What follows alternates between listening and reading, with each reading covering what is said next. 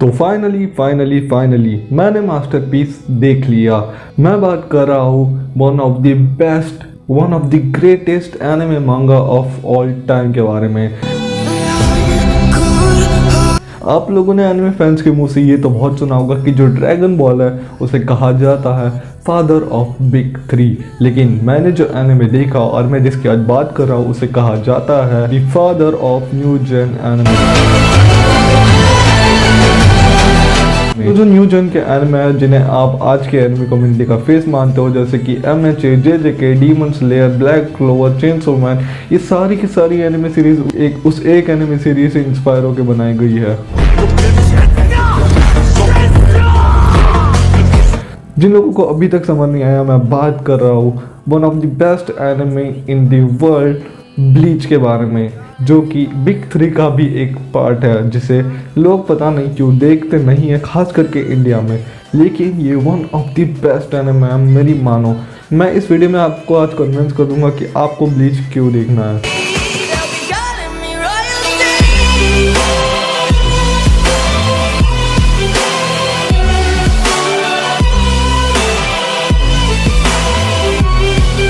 सबसे पहले तो मैं इसकी थोड़ी बहुत स्टोरी की बात करूँ तो स्टोरी आपको स्टार्टिंग में बहुत सिंपल लगेगी। जैसे कि जुजुत्सु काइसेन के अंदर जुजुत्सु सॉर्सरर्स होते हैं और कर्स स्पिरिट होती है। जुजुत्सु सॉर्सरर्स कर्स स्पिरिट को मारती है, वैसे इसके अंदर होते हैं सोल रिपर, जो कि एक तरीके से शिनिगामी होते हैं, जो आपने रिप देखा उसी टाइप की, यानी कि गॉड ऑफ डेथ। और एक तरफ होते हैं हॉलो, ये एक तरह की आत्मा ही होती है। और ये जो शिनिगामी होते हैं यानी कि सोल रिपर, वो इन आत्माओं को मारते हैं, हॉलोस को मारते हैं। स्टोरी आपको अभी बहुत सिंपल लग रही होगी और ऐसा भी सोच सकते हैं कुछ JJK के फैंस, जिनके आगे मैं मत्था टेकता हूँ, वो ये भी सोच सकते हैं कि जो ये एनिमे है ब्लीच वो कॉपी है जुजुत्सु काइसेन के। पर मैं उन्हें बता दूं कि उनका जो फेवरेट एनिमे जुजुत्सु काइसेन है वो पूरा का पूरा एक तरीके से कॉपी है ब्लीच की। और मैं कॉपी करने में इसमें शर्मा नहीं रहा, क्योंकि मुझे लगता है कि जुजुत्सु काइसेन एक खुल्लम खुल्ला कॉपी है ब्लीच की एक तरीके से। स्टोरी भी बहुत सिंपल लग रही होगी, पर जैसे जैसे स्टोरी आगे जाएगी और जैसे जैसे स्टोरी तुम्हारे दिमाग में घुसना स्टार्ट होगी, तुम्हारा दिमाग फट जाएगा, क्योंकि ये स्टोरी बहुत ज़्यादा ज़बरदस्त है। मैंने सोची भी नहीं थी कि ये स्टोरी आगे चल के इतनी ज़्यादा अच्छी हो जाने वाली है।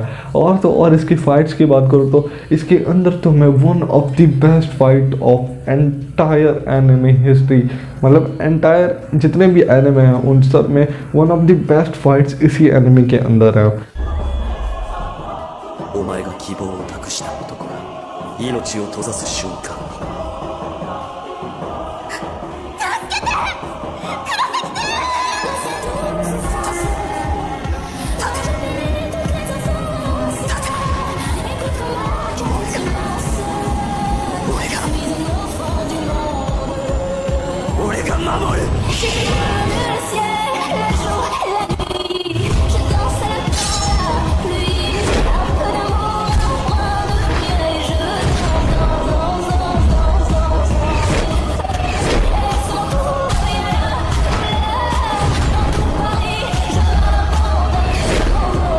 जिन लोगों को ब्लीच के बारे में कुछ नहीं पता उन्हें थोड़ा कैरेक्टर से इंट्रोड्यूस करा देता हूँ। ये हमारा मेन कैरेक्टर इचिको, जो कि स्पिरिट्स को देख सकता है।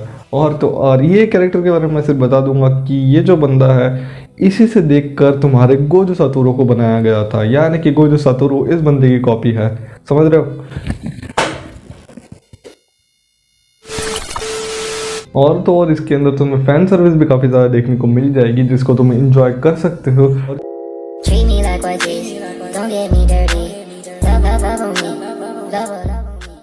और इसके अंदर जो कैरेक्टर डेवलपमेंट है वो बहुत ज़्यादा ज़बरदस्त होता है, जिसे देख के तुम्हें मज़ा आ जाएगा। इसके अंदर जो बैटल है वो कुछ ज़्यादा ही खतरनाक होती है। इसमें ब्लड वर्ड एकदम ज़बरदस्त तरीके से दिखेगा, और जब कोई कैरेक्टर बैटल के वक्त एक वर्ड यूज़ करेगा तुम सबको गूज बम्प्स आने वाले हैं, और वो वर्ड है बांकाई। बांकाई बांकाई बांकाई बांकाई बांकाई बांकाई बांकाई।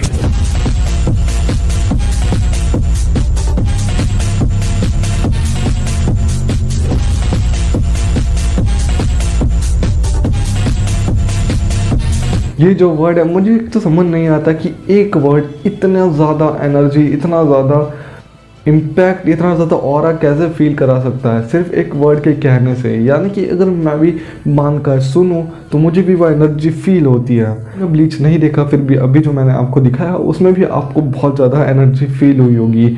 और जो मांगा है उसी को देखकर बनाया गया है Ryoiki Tenkai domain expansion of Jujutsu Kaisen. तो समझ रहे हो नहीं एनिमे कितना ग्रेट है कि जुजुत्सु काइसन पूरा छाप ले रहा है इस एनिमे को। अब मुझे पता है कि जुजुत्सु काइसन वाले आके इसके नीचे गाली देने वाले, पर मुझे इससे फर्क नहीं पड़ता, मैं तो रिव्यू करूँगा। और मैं इसके आर्क की बात करूँ तो मैं क्या बात करूँ, हर आर्क पहले वाले से बेटर होता जाता है। पहला वाला जो आर्क है वो मुझे बिल्कुल पसंद नहीं है, मैं सीधा सीधा बता दे रहा हूँ, लेकिन उसके बाद जितने भी आर्क है मुझे सबके सब पसंद है। और जो मेरे फेवरेट आर्क है वो भी चल रहा है, यानी कि 1000 year of blood war arc, जिसके अंदर जो एनिमेशन है, जो फाइट्स है, जो बीजीएम है, जो बैकग्राउंड म्यूजिक है, जो हर चीज़ है वो सबसे ज़्यादा टॉप नॉच है। उसे देख के मुझे बहुत ज़्यादा अच्छा फील होता है। और अगर अब भी तुम कन्विंस नहीं हो ब्लीच देखने के लिए तो मैं तुम्हें सिर्फ एक रीज़न बताऊंगा जिसकी वजह से तुम्हें ब्लीच देखना चाहिए, और वो रीज़न है सोसुके आइजन। ようこそ私のソウルソサエティへ。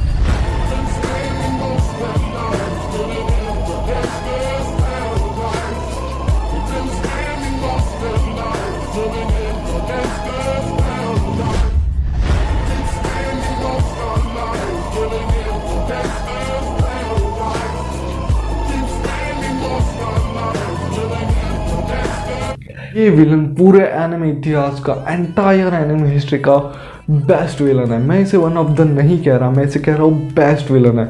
मैंने इससे बेटर विलन कभी नहीं देखा, मैंने इससे अच्छा वेल रिटन कैरेक्टर कभी नहीं देखा। आइजन जो है one of the best, one of the greatest villain इसलिए कहा जाता है क्योंकि इसके एनिमे के अंदर जितनी भी चीज़ें चल रही है वो इसके राइटर के मुताबिक नहीं, इसके जितने भी एनिमेशन स्टूडियो है उसके हिसाब से नहीं, ये सारी चीज़ें चल रही है आइजन के मुताबिक।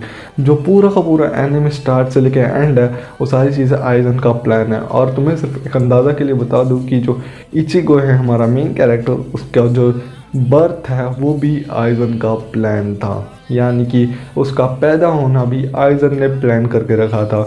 ऐसे ही नहीं इसे कहा जाता greatest villain of the all time. पता है पहले मैं सोचा करता था कि आइजन बहुत ज़्यादा ओवररेटेड कैरेक्टर है यार, कितना भी अच्छा विलन हो यार उसके फैंस को ज़्यादा ही ओवर करते हैं आइजन के लिए। पर जब मैंने इसको देखा तब मुझे लगा कि ये उसके फैंस ऐसे ही आइजन को इतना ज़्यादा बढ़ावा, मतलब इतने ज़्यादा आइजन के लिए पागल नहीं है। वो सच में बहुत ज़्यादा खतरनाक, यानी कि बहुत ज़्यादा कूल कैरेक्टर है। एक तरीके से मैं कहूँ तो वो बहुत ज़बरदस्त कैरेक्टर है। इसीलिए आइजन जब भी सीरीज़ में कुछ मुंह खोलता है या फिर कुछ भी बोलता है तो एनिमे फैंस पागल हो जाते हैं, उनको ऑर्गेज़म आ जाता है। मैं खुद इस बंदे के लिए गए हूँ यार, तुम क्या बात कर रहे हो, मुझे इतना ज़्यादा पसंद है ये कैरेक्टर। 私の力を脅威と考えるからこそ